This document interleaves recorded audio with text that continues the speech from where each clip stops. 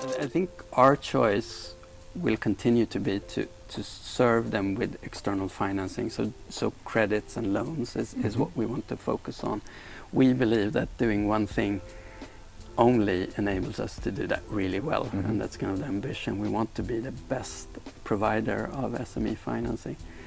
So in terms of development, what we're doing now is how can we serve even more SMEs? I mean, we want to basically solve this problem pan-European.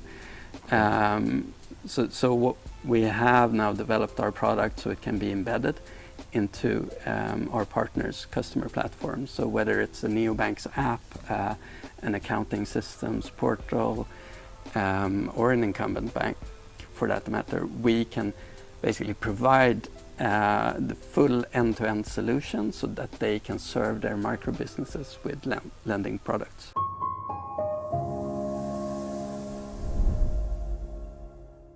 Oliver, thank you so much for welcoming us here at your beautiful offices in Stockholm. It's great to see you again.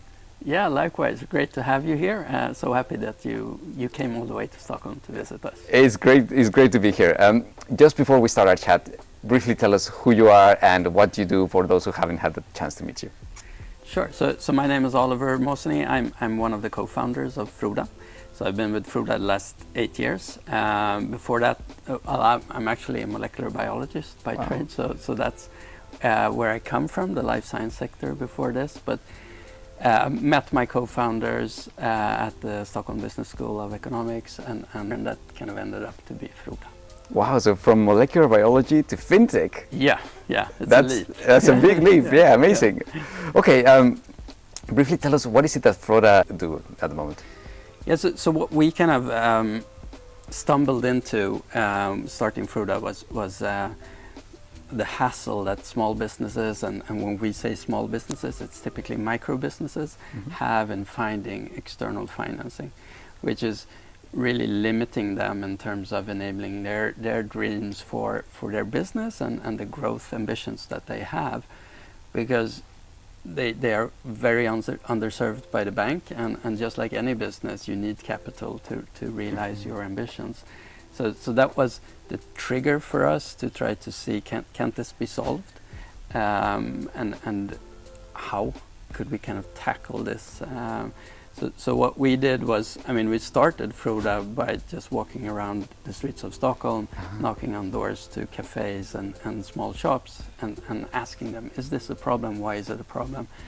And then we did the same thing with banks. So we visited them and tried to figure out, okay, why aren't they serving these businesses? And in that process, we realized, yes, it is a big problem. It needs to be addressed.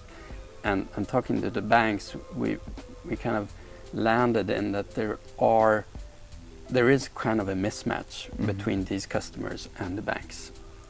Basically, to simplify it, due to two reasons. They don't really fit the bank's model. The bank would tend to look very much at the balance sheet of a company to find material securities and lend towards those. A typical cafe wouldn't have any securities. They don't own the real estate. They don't have super expensive equipment. So what we did to address that was to think, okay, can we look at cash flow instead? Could we lend towards your future cash flow? Is that a way to kind of circumvent this mismatch in terms of assessing a small business?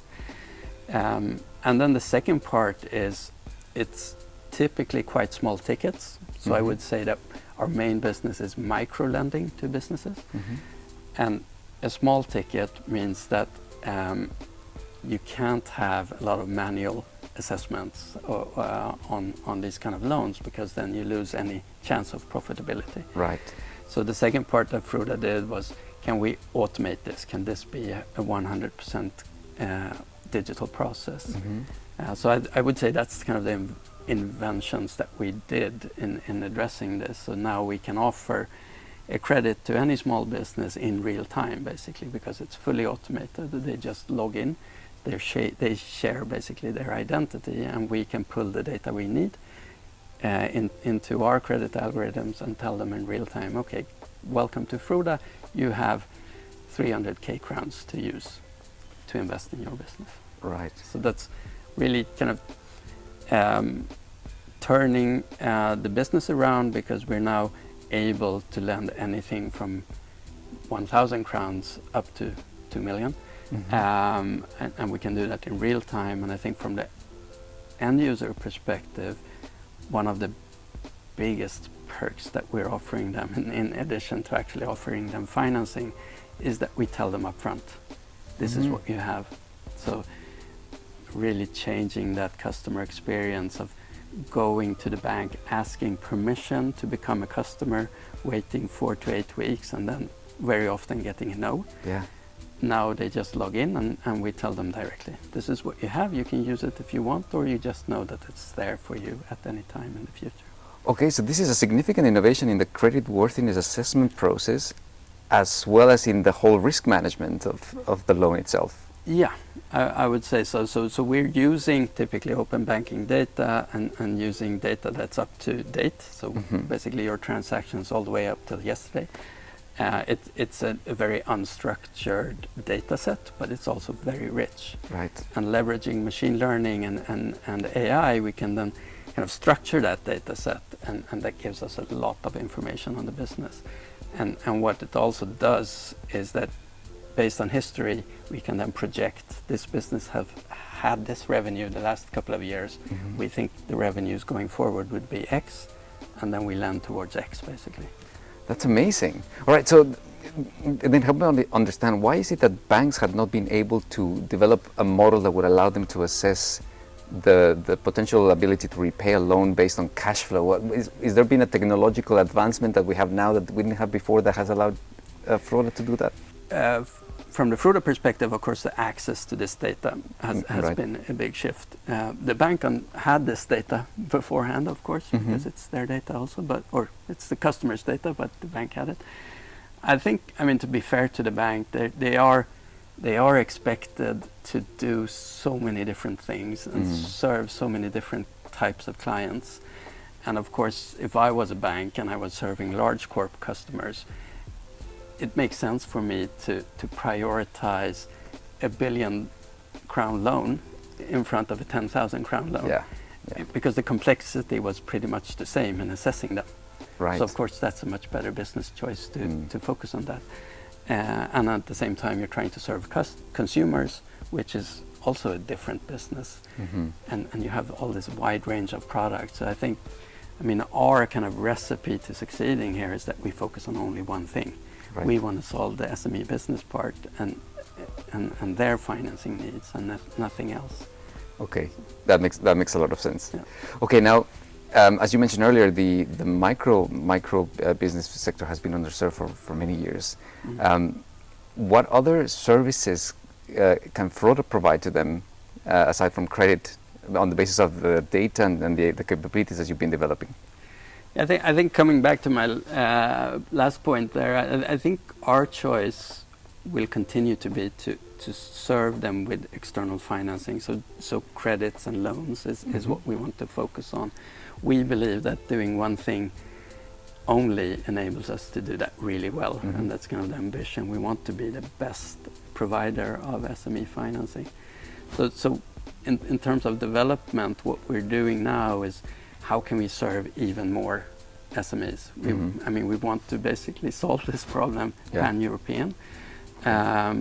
So what we have now developed our product so it can be embedded into our partners' customer platforms. So whether it's a neobank's app, an accounting systems portal, or an incumbent bank for that matter, we can basically provide the full end-to-end solution so that they can serve their micro businesses with lending products. And then of course you can package this loan in different ways. You could package it as more of a cash flow management buy now pay later product, or a regular business loan, or a revolving credit.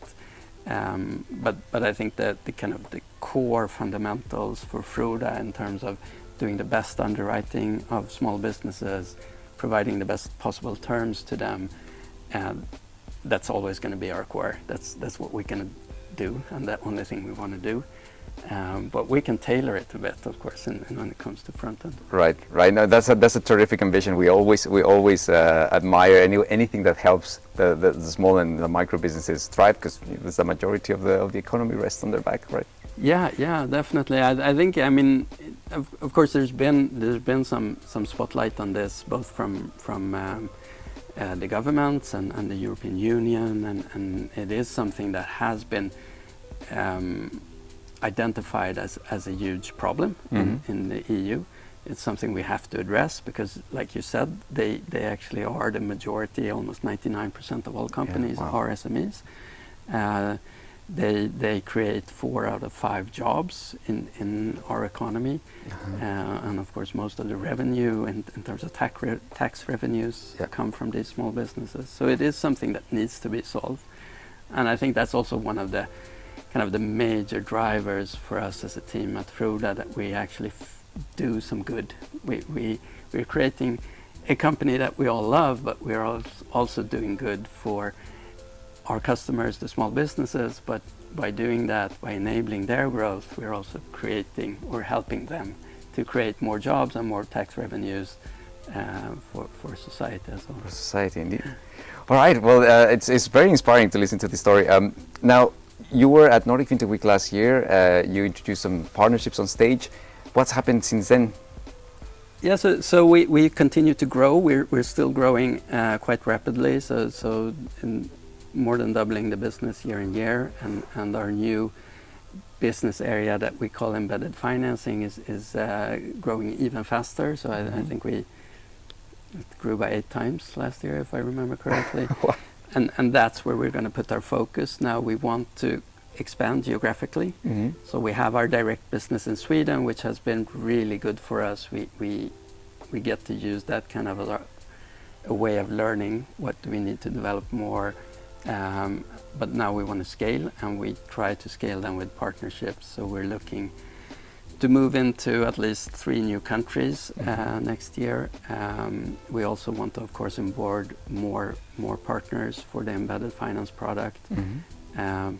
We are discussing with high street banks now if we can help them to also serve this customer segment better, which is super interesting. And it is also very interesting to see kind of how the mentality of the banks have shifted over the years since we started to now. They're much more open for collaborations, which is super exciting.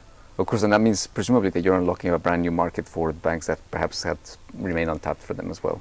Yeah, and I think also in discussions with high street banks, of course, this is a business opportunity for them to increase their business, to increase loyalty with the small businesses, and these small businesses will hopefully one day become big businesses that will create much more revenue for the bank. But another thing that's become really clear in discussing with the banks is that they really want to do this from an ESG perspective as well, because this is something that they feel that they should serve. I mean, they want to help the small businesses grow, and together we can enable that. Very good. Now, you're going to be at Nordic Fintech Week again this year. Yeah. Can you give us a sneak peek or what we can expect to hear from you on stage?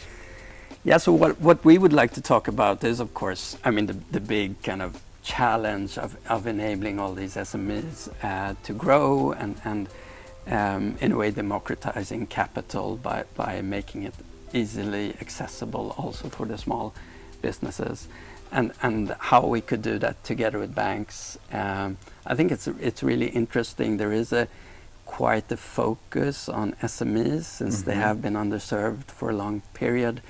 A lot of new players are looking at this opportunity. So we see the marketplaces and platforms of the world, so Amazon and all those players are looking at, okay, can we capture this business? Can we be the next kind of SME banking partner? Or will it stick with the banks? For instance, Froda and a bank could provide this together. So is that the way forward? Is the bank going to collaborate with fintechs to keep this business? Or is it going to be fintechs and marketplaces that actually capture the business? So that's a topic I hope to address and see if we can have a kind of a great panel discussion or keynote. I'm really looking forward to coming to Copenhagen again. So I would see you there. Thanks. Thanks. Thank you.